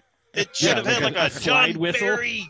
Yeah, it should have had like a John Barry. I know exactly what you're talking about. Badass John Barry trombone or something. I don't know, but it's like, whoop.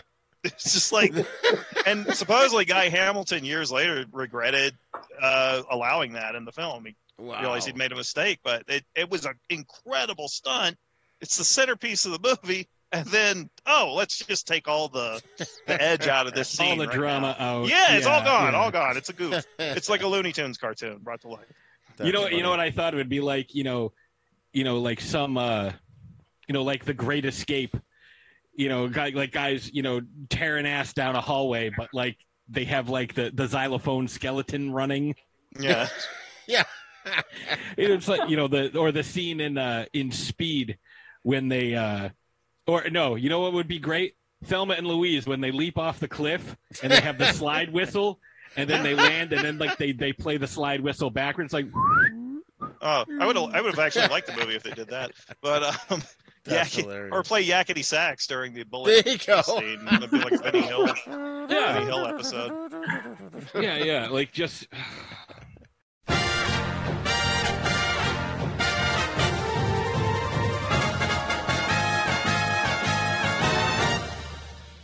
Shark Bites Podcast. It's the greatest show in history. From the Dorkening Network, hosted by a nerd who's named Patsy. From movie reviews to tips on surviving the coronavirus, Shark Bites has it all. Follow us on Facebook and suggest topics at sharkbitespod@gmail.com. Available on iTunes, Stitcher, Spotify, and wherever you get your favorite podcasts. Hey, cats and kittens, do you remember the 50s? Jukeboxes, hot rods, malt shops, and sock hops? No, not really. Oh, well, do you remember that TV show Happy Days? Fonzie and Richie and all like that? Sit on it, etc.? Kind of. Then join us for These Days Are Ours, a Happy Days podcast where we watch every episode and give you the lowdown on what it all means. Find us at thesedaysareours.libsyn.com and follow us on Twitter at Fonzie Podcast. Be there or be square. You're sure you don't remember sock hops? Sorry, no. Okay, then. Are you a lifelong fan of General Hospital? Are you a new fan who wants to know more about the history of the show? Do you enjoy talking about the show with others? Do you find yourself yelling at the TV? Is your self-care an hour a day in Port Charles? If so, we invite you to join hosts Amanda Kimmel and Shannon Coach at the place where all the hidden conversations take place and secrets are revealed. Meet us at Pier 54, a General Hospital fan podcast.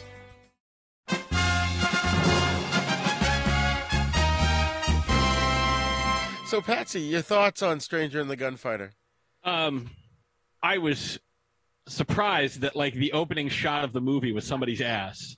Like that was the first thing that kind of like threw me off. And it's like every time he's looking at a picture, like they go back into it, it's like this guy's like he's like really examining her ass. It's like, oh, I'm a priest, but I'm definitely banging this whore. After I inspect her ass, I'm like, what is going on? I'm so confused at the start of this movie. It's like, hey, you're breaking into my safe. Yeah, but stand back. Yeah, but you're breaking into my safe. I know, but just stand back. Oh, now you're dead. And I don't know, maybe it's just me, but did you find it like a smidge racist that the key to the fortune was in a fortune cookie. Like, I mean, it made sense for its time. I didn't think anything of it. And everybody's name is Wang. Like, you couldn't have come up with like a. Well, the funny thing is, fortune cookies are not even a Chinese invention. They're like a Jewish. They're like a Jewish New York restaurant thing. Like that's what I'm saying. It's Yeah. like these aren't even Chinese. What? Oh my god! And they wouldn't have had them at that time. Like, when did this movie take place? Before fortune cookies were invented. Well, the evil preacher looked like Serpico, like Pacino is Serpico wearing a shaft coat. Like, there's a lot of anachronisms in the movie. Like that dude, like, I'm like, who the hell is this? It's like, I'm just gonna quote the Bible at you. Lee Banks with his like, oh, that's my birthday. And then like there was a lot of comedy in this. Like the guy that met up with the redhead at the end was like, oh, somebody bonked me in the back of my head, and she's like, no, you just had too much to drink. He's like, no, I know the difference. And of course, he had that ridiculous voice. Yeah, there's a lot of Italian slapstick in there, which I think one writer I greatly admire, Joe Carducci, said that the problem with Italians and making westerns is they could never get the Circus Maximus under control. Yeah, they went for the crazy stuff, and I remember hearing that on the original script of Fistful of Dollars, Clint Eastwood had Sergio remove a lot of stuff that he thought was too ridiculous. He said, no, that's stupid. People are just going to laugh at this movie. So you probably got a better film just because Clint went over the script or the English translation of it. And as you may have read in the Chris Frayling book or whatever, that Sergio would show up on set, and there's photos of this, wearing like a cowboy hat and wearing like a gun holsters, a gun belt, and like with cap pistols. And Eastwood said, you look like Yosemite Sam or something like that. So I can just imagine. I can imagine Eastwood going over the script like, I think we can do without the pie fight. Like, yeah, exactly. That's probably what happened. It's like, nah, nobody will believe that shit. You know. And didn't we encounter that, Pat, in Boot Hill, where these guys are having a fight in the middle of the street, and all of a sudden a parade comes marching through? Yeah, like what? And that had nothing to do with anything else. It's like, we're having this huge battle, but the parade's got to come through, and the grand marshal or whatever going through the parade, like there's somebody in his way, and he just clocks him with his baton and just like keeps rhythm. It's like, what the hell is going on here? Yeah, those movies have Dixieland jazz, which I guess means the director was a big fan or something. But all three of those cat and dog movies have it. Again, it's completely out of nowhere. Like, if you were watching this, you'd be like, oh, I bet that band has a big part to play later in the movie. No, they're just here to walk through this fight. Right. Like, yeah, but why are they there? They're there to walk through the fight. But what purpose does it serve? That's it. Like, that's like, oh, they, and then you see all these like signs like, oh, big holiday or like big holiday parade or like, it's whatever day. And then like they never pay it off. Like they never have the celebration or like, the strawberry festival or whatever it is. They never have it. Strawberry festival. Oh, I was thinking of Tuang Fu. Thanks for everything, Julie. Yeah. But it's like what is the event that would require a band? And how did you not hear a marching band? As like did they start right there? Like, all right, guys, we're starting in this alley. There's a fight there. Don't worry, I'm the Grand Marshal. I take my job very seriously. If anyone gets in the way, I'll clock them with my baton. All right, sounds good. Phil, get your tuba up. Isn't he just supposed to point out the horse poops with his baton so they don't step on it? No. You don't let that. You just walk right through. Nothing stops you. Like, these guys are the most dedicated marching band. And there are so many times where you and I have discussed that, that scene apparently was supposed to be funny, but it probably was only funny in Italy, but it's not funny to us. No, it's irritating as hell. It's like, what? It's like, wait, what? It's kind of like, It's like, all right, we have a very serious, like take Casino Royale. There's this high stakes, card game going on, and all of a sudden, some clumsy waiter, comes out and drops soup on James Bond's lap. Like, it has nothing to do with the scene.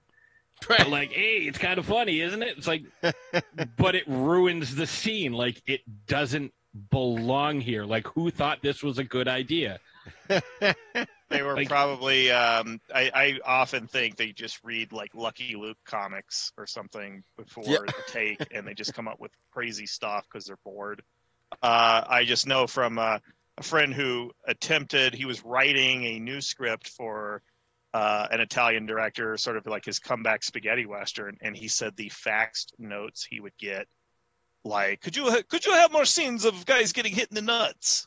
It's just like they've never really outgrown that stupid sense of humor that they want to put into movies that they think everybody likes. And he actually came to the conclusion that maybe these movies are accidentally good, which I would agree with. That's totally fair. I mean, there's one thing I think, if this is what you're going for, then you missed all the fart jokes with like these guys, Terrence Hill and Bud Spencer constantly eating beans all the goddamn time. Right. There's no fart jokes. Like, you'll put a marching band in, but you won't put fart jokes in. Oh, sorry, we are highbrow. Like, no. Well, they have they are in the second Trinity film. It was probably the first fart jokes in film before. Yeah, the baby. Travels. Yeah. Little Give that boy some whiskey. Yeah, I remember. Yeah, but like but the baby wasn't eating the beans, right? Like, that's what I'm saying. Like, that's what I noticed. Those films don't.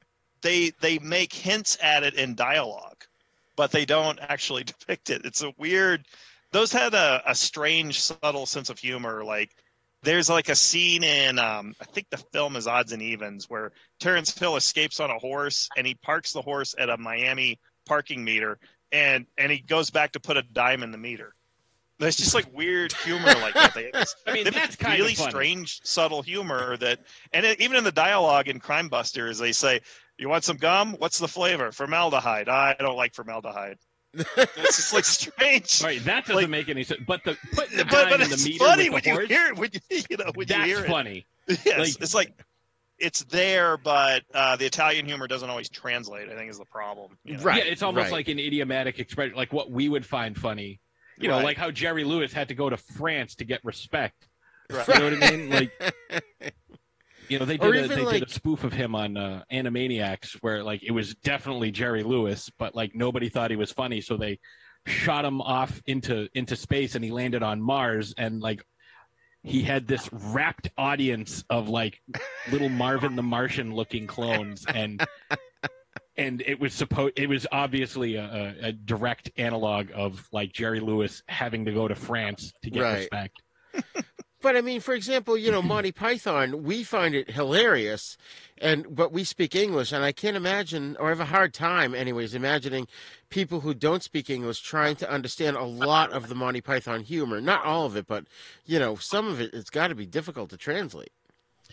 Yeah, I mean, I would say that, the translation convention is definitely something that affects international audiences. Like, certain people will find certain things funny. Like, I know that, when movies go overseas and they have to get translated, things are changed completely. Character names have to be changed completely, no matter what it is, because something is, it means something different over in, a European country. It's like, oh, this character name had to be changed because it's actually the name of a sex act. So, instead of being called... That's happened quite a lot, actually. Yeah. Well, that's why, like, that's the first thing that came to mind. It's like, oh, you can't call him Spider-Man because you have to call him Arachno Dude. Having spent so many years growing up watching movies in Chinatown theaters, I can't tell you how many times I'd be in the middle, like, watching a film, and, during whatever scene, the audience would just burst out laughing. And I would have no idea why they were laughing. The subtitles didn't say anything that was funny to me. Because it was a Cantonese colloquial joke. Exactly. Yeah. There's some slang, like Stephen Chow movies. If you would go see those in a Chinatown theater, you would laugh at the basic stuff like the slapstick or maybe a very funny translated line, but they would laugh at a lot of stuff you could not pick up on. Like the audience would be roaring during scenes where they're just talking, and I found out later, he does all these jokes about with Hong Kong slang versus Taiwanese slang and mainland China slang and whatever, and it's like the audience gets it, but a Guaylo is not going to understand it.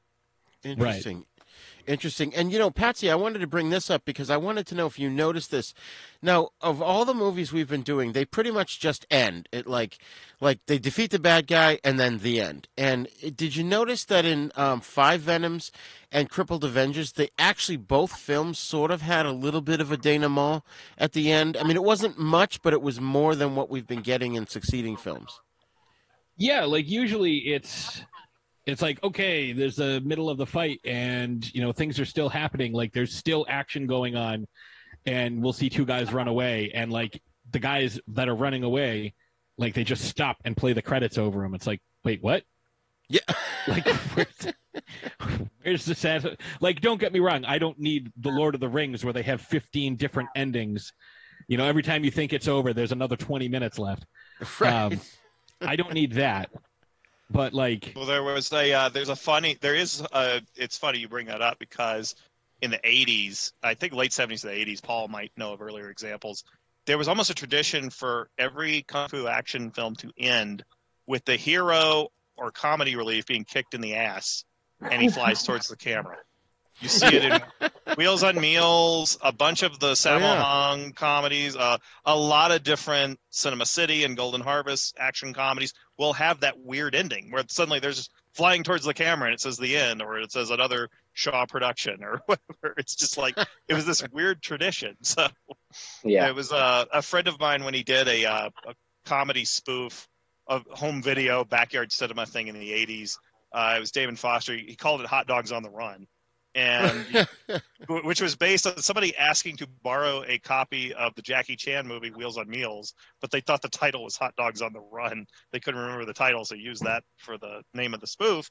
But he ended his spoof comedy with him getting kicked in the ass and flying towards the camera, because they all did that. Like, you will find a ton of them that they'll end that way. It's the strangest thing. It's like the 80s the 80s tradition of sitcoms ending with like somebody jumping in the air with a freeze frame or something. Yes, yes, exactly. Yeah. Like Toyota, like what a feeling, and they jump, But it's like give me some kind of ending. Like, there was a couple. I'm trying to remember which one because everything is very similar. Like there's a similar formula for a lot of these films where it's like, okay, we're the last two guys left. We're not specifically the heroes, but it's like, oh, there's a shit ton of guys here. We better go. And so they start running, and then like that's it. Like they haven't escaped yet. They're still in the process of leaving, and it's over. Or I'm grievously injured, but if you get me to a doctor, I might make it. The end. Like, what? Get me some closure. Like, so I need to know what happened to this guy. I've been following him for this whole movie. I'm really invested in him. And then it's like a cliffhanger, but like you never find out what happened. Well, what's the ending? The ending is whatever you want it to be. Listen, I'm not goddamn Willy fucking Wonka. I need to know what happened at the end of this movie to this character. Like, I'm not here to write my own adventure. If I wanted to do that, I would write my own movie. You wrote the movie. Tell me what happened. I kind of wrote myself into a corner there, so I don't know how to end it. So I just did. Right. They leave it open-ended in case they want a sequel. Right, which have, at least in the Venom films, I don't think there are any sequels to any of those movies, right? No, they weren't successful. If Five Venoms made as much money as Michael Huey's The Contract or the Jackie Chan movie Drunken Master that year, you would have seen a Five Venoms 2, but you didn't because it was not a hit in Hong Kong or Taiwan. Would it have been Five Venoms 2 or would it have been like Six Venoms? It would have either. It probably would have been Five Venoms Part 2, simply because the Brave Archer movies were Part 1, Part 2, Part 3, Part 4, Blast of the Iron Palm, with Fu Xing playing a different character and somebody else playing the Brave Archer. So they did do sequels, but they had to be real moneymakers to do a sequel to bother with that. let me throw something out about, this was the Ringo sequel where they had all the same goddamn actors come back to play different characters. Yep. I was like, I'm watching it and I'm like, oh, there's that. Wait, wasn't she his wife? Like what? Huh? Like that's his friend. No, they don't know each other. Huh. They wanted to do Ulysses, the Ulysses myth, but they titled it. It was probably Return of Ringo for distributors. Yeah. Otherwise it was probably conceived as, hey, this guy's having a bad day or something. Or Western Ulysses or something. It was so confusing, and it just. I'm watching the movie and I can't enjoy it because I'm like, oh yeah, I remember her. She got killed at the end of the. Yeah, drastically different. Tone-wise, they're drastically different movies too. And even Ringo was like, "Oh, I don't drink. Hey, pass me that bottle of bourbon." Right. Let me. He was drinking milk in the first one. Yeah, he only drank milk. Like they're like, "Oh, you're gonna drink with us." He's like, "Oh yeah," and he poured it on the ground. And then this one, he's just like, "Oh, sorry, I'm an alcoholic." It's like, but why? Like, why are you an alcoholic? Like, you were so staunchly against it in the first film that, like, you risked being murdered by the main bad guy. Well, there's it's the same problem as with the Dollars. They call it a trilogy, but is Eastwood really playing the same character in The Good, the Bad, and the Ugly? Because he's called Blondie. He's not called Joe Manco like he is in the first two films.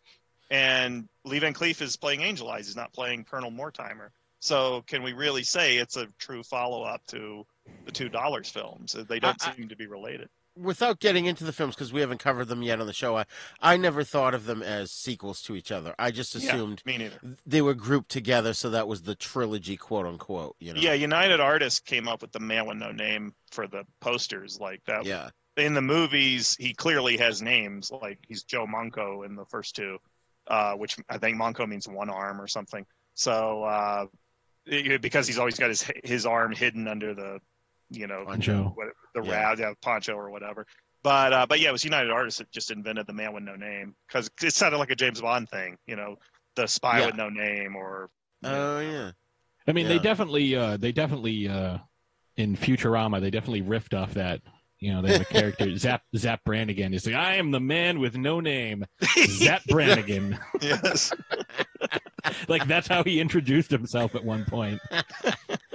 Well, we even had trouble when we did My Name Is Nobody, because when you were doing the synopsis, Pat, it was like, well, nobody told him to go there and nobody stole the money from him. Yeah, and it's just like, you name this guy, you give him like this, it's a descriptive word, but like that's also his name, and so like you might as well have called him somebody. It's like, well, somebody took the money, and like, what is this, a mystery? Like, what are we? Nobody took the money, and nobody knew what was going on, and nobody had an idea. Nobody suspected the judge. He does have a name though. It's Joe Thanks. Yeah. Yeah. So it's weird. It's like the advertising was always contradictory to the actual film. Oh, interesting. That's funny. It's so frustrating because it's like, how do you describe this movie? It's like, well, nobody gets into a gunfight. Well, that sucks. I like gunfights in my westerns. No. Hilarious. Like the guys, I'm like, I think we were talking about it. I'm like, this sounds like a bad Abbott and Costello routine. Right. I was about to say third base. Yeah. Like it was so frustrating. So we're well over 3 hours, and I can't. First of all, I can't thank you guys enough for joining me on the show today, and Patsy, and just sort of trying to bring people up to speed on what we've been talking about. Obviously, we've deepened the conversation. We've given a lot more information, especially from you, John, and Sevenhooks. It's been awesome. I did have one last question for John and Sevenhooks, and that was you had talked about. Particularly, John, you mentioned voiceover actors that had done these movies. Are there any of them that are still around today, and are there any that maybe we can get on the show as a guest? Ted Thomas is retired. I understand he's actually in a retirement home, is what I've heard. I don't know for sure. Chris Hilton is still around. I believe he's a radio announcer in Hong Kong. A lot of them, like John Cullen, I believe is still in Hong Kong, radio announcer. most of the Hong Kong dubbers, I think, are still with us. They live in Asia. They have different kind of odd jobs, I guess, whatever you get from British expats, basically moving to Chinese territories. I'm not aware. Only 2 of them, I think, have Facebook accounts, and Ted Thomas is not, as far as I know, isn't responsive on his page. Right. I think Warren Rook, he has a Facebook account up. I have to try to friend him, see if he blocks me. Ted Thomas, as far as I know, because I'm actually friends with his daughter on Facebook, and she's put it here, like, she's like, I think, barely in her 20s, maybe in the mid 20s. He's well into his 90s, so he's had fun for a long time. This guy. Yeah. I believe he's retired to. Looking at her page, and he seems to have done quite well for himself over the years. And I think I don't know if he's in a home, but I think he's in Thailand or whatever that means. Whatever. Oh, okay. So maybe he's still having fun for all we know. Yeah, he could be in Thailand. But yeah, he's just for people to kind of put the voices with the character. Ted Thomas, I think, is probably best known as the voice of Pai Mei, Priest Pai Mei, from the Executioners of Shaolin and the White Lotus, Clan of the White Lotus. Oh, interesting. And one thing that Pat and I have talked about on the show is that, like he mentioned, you've got these voices sometimes that don't fit the character, and there are certain movies where the voices perfectly fit them. Like, I think the voice actors in 5 Venoms fit Philip Kwok and Chiang Shang and a lot of them. And was there a reason why they didn't have the same English actor dubbing the same Chinese actor? Was it a contract or availability, or you know what I mean? Well, Ted Thomas's outfit predominantly worked Shaw Brothers and a lot of independent productions. And Golden Harvest eventually had their own dubbing crew. So, like, Roy Chow would always be the voice of Jimmy Wang Yu. Like, Jimmy Wang Yu makes a movie in Australia, Man from Hong Kong. It's Roy Chow's voice dubbing him as he talks to George Lazenby and Hugh Keays-Byrne. and Roy Chow actually has a role in Indiana Jones and the Temple of Doom in the beginning as the mob boss in Shanghai. Oh, So what they would do is, it just depended on who was working that week, I think. Or because they would apparently dub these in like 2 days or 2 nights.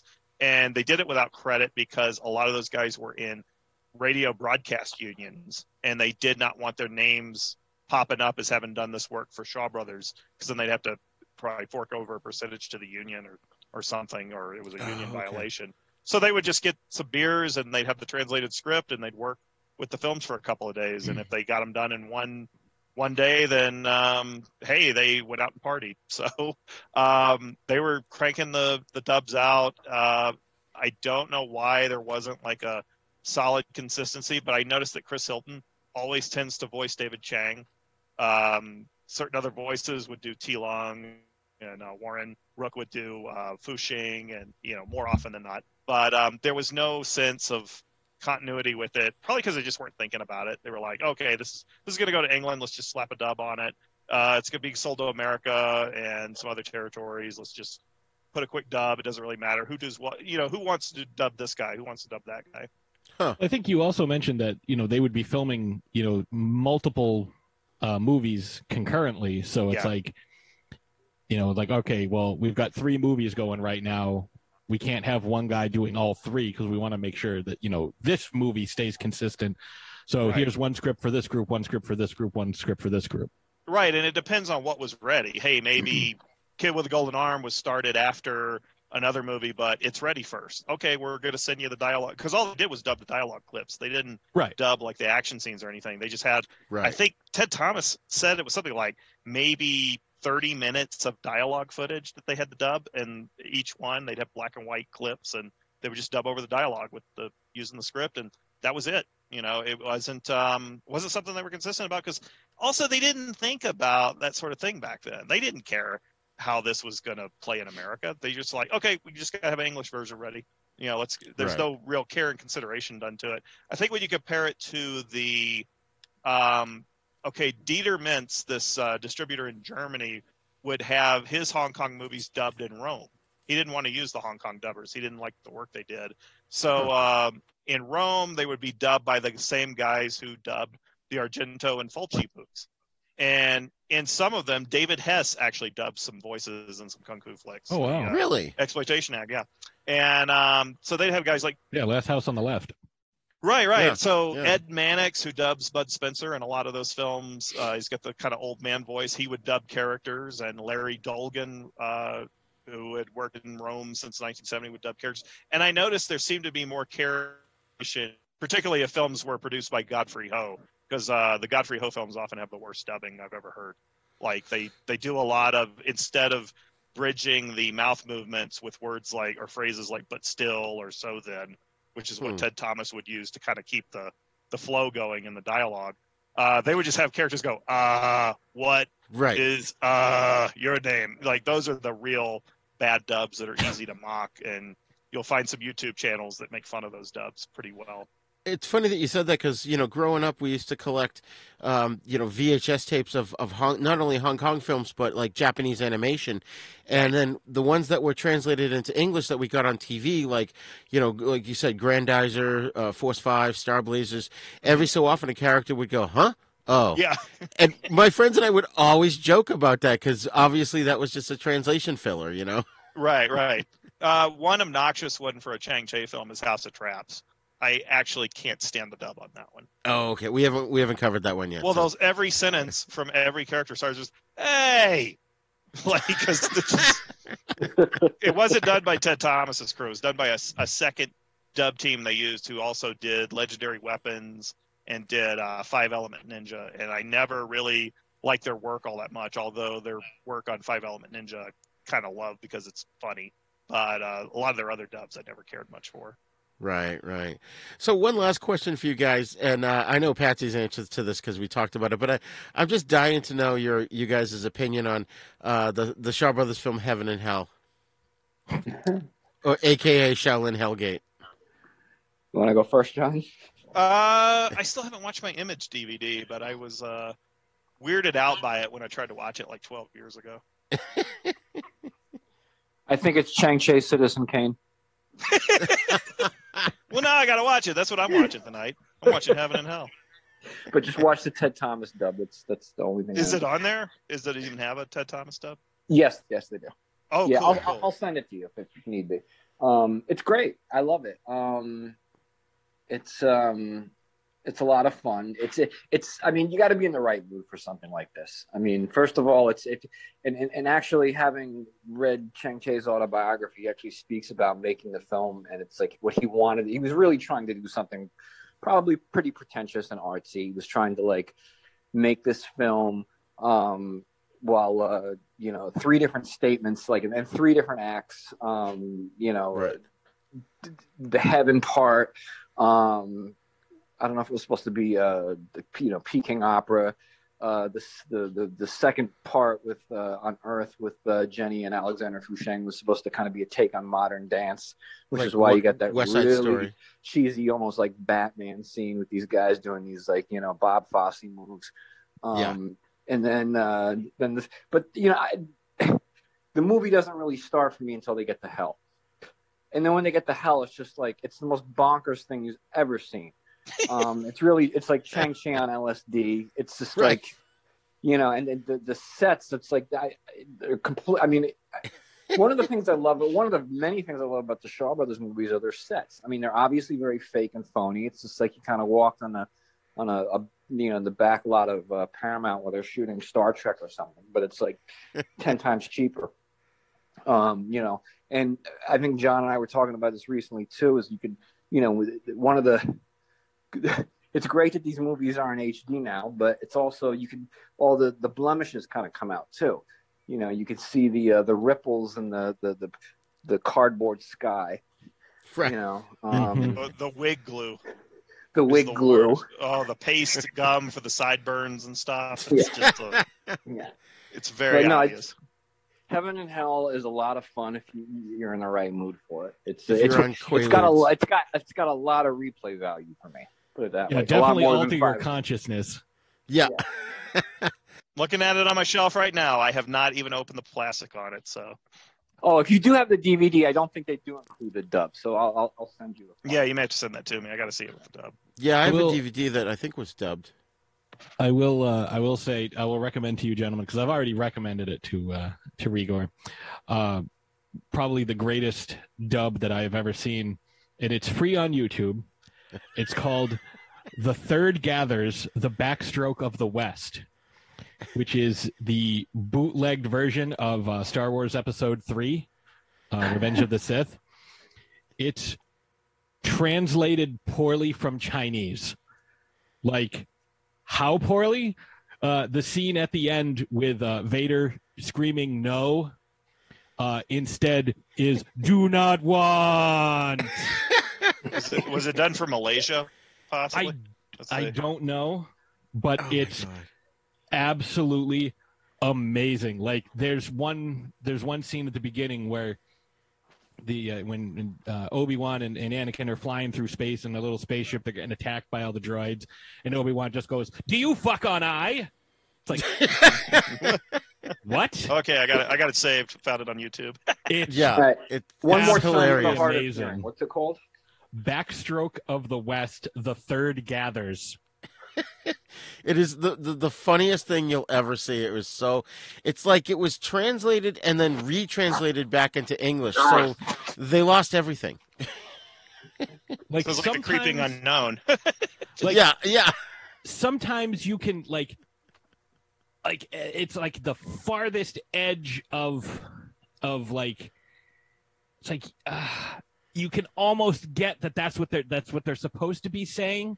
Like, it kind of fits, it's like, maybe, like, it's like the smallest gist of something. It's like when you're drinking wine and someone's like, "Oh, do you taste the hint of pine needles in the back of your palate?" And you're like, yeah.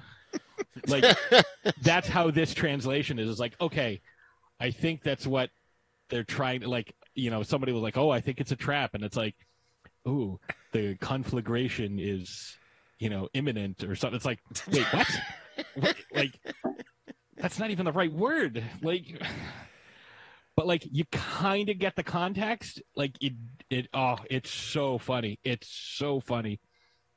But you don't even have to watch the whole thing. Just kind of like skip back and forth and just watch different scenes. And like the scene at the end when Anakin confronts Obi-Wan confronts Anakin or Yoda. Oh, anything with Yoda is goddamn gold. Like, right. So this will probably be the only way to get me to watch Revenge of the Sith again. So, I mean, yeah, no kidding. I'll have to look at it in piecemeal. Again, just find a couple of the scenes. Like, anything with Yoda is great because of like his syntax to begin with. Like, his speech patterns are just so like off, and then you try translating that into Chinese and then back into English. Oh, good luck. It actually sounds like it was probably done for Malaysia. If it's legit, if it's not some really witty fan experimentation, but that's what it sounds like. It was done for Malaysia. Yeah, it's awfully long for a fan experimentation. Yeah, somebody did a lot of work. It's very devoted to their cause. Yeah. I mean, apparently, from what I understand, like, I pulled it up on the Star Wars page. Like, there's a couple lines that says the subtitles are translated from Chinese rather than using the original English script. There are, however, several lines added that indicate it was not from a machine translator.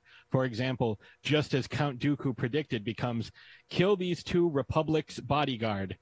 And have the protocol droid's mind wiped becomes, "The protocol droid is my wife."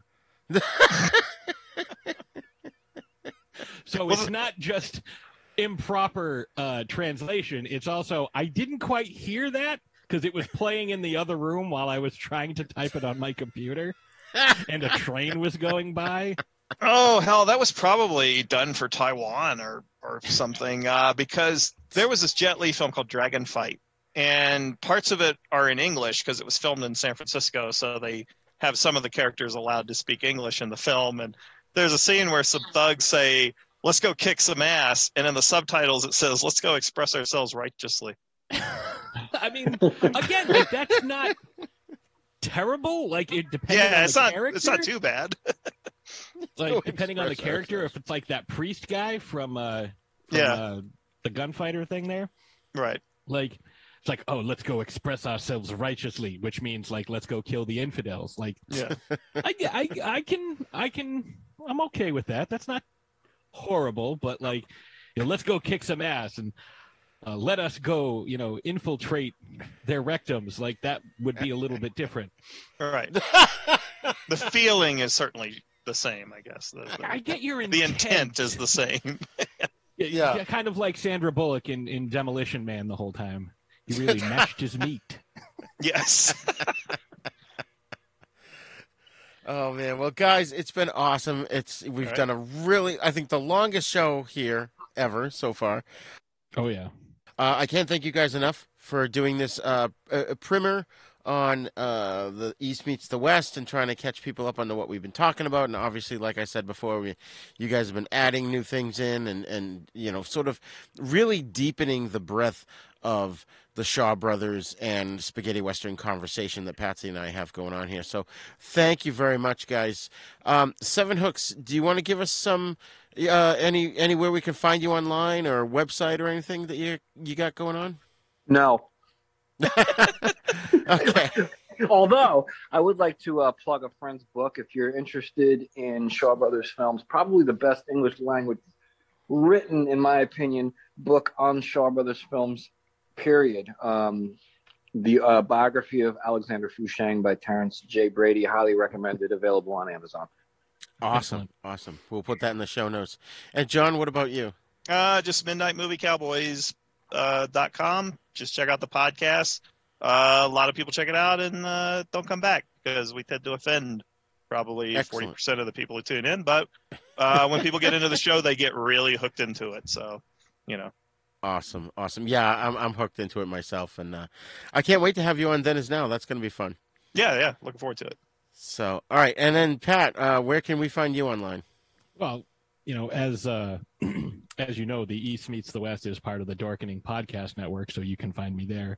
You can also find me Monday nights doing our live show, Creator Spotlight. Some of our recent interviews have been with some of the cast of Grease. Bruce Valanche. We've got some great stuff coming up. You can find me every Thursday on Throwdown Thursday. You can find me once a week, depending on the day, usually a Friday, for the Loudest Sports Show. You can occasionally find me Wednesdays on the Dorkening shows, and sometimes on Shark Bites, my Overflow podcast, where I do a bunch of interviews and whatnot that don't quite fit into any of the other shows that I do.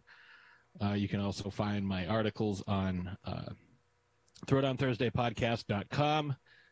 I just did a Bruins postmortem. I've done articles on whether or not Die Hard is a Christmas movie and what makes a Christmas movie. Lots of different things. And I think that's oh yeah, and you can also find me if you're a sports memorabilia person. You can find me on Major Sports Drops. We are currently running a series of mini games for a Tom Brady authentic helmet. Excellent.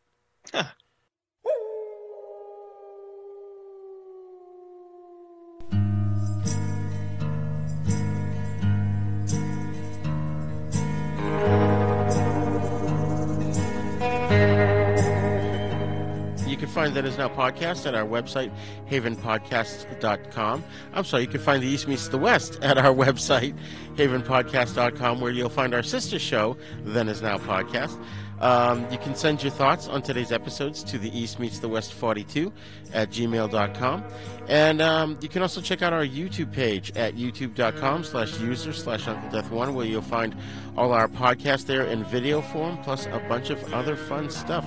So please, and if you can, go wherever you download your podcast from and leave us a great review so that more people can find the show. We're on all the podcasting apps, including Spotify, iTunes, and Stitcher, as well as pretty much every single app out there. So please, like I said, if you like what you're hearing, leave us a great review. And join us again on our next episode of The East Meets the West. The East East Meets the West is intended for educational and entertainment purposes only. All clips played on the show are property of their copyright holders. All other material is copyright Jupiter Media.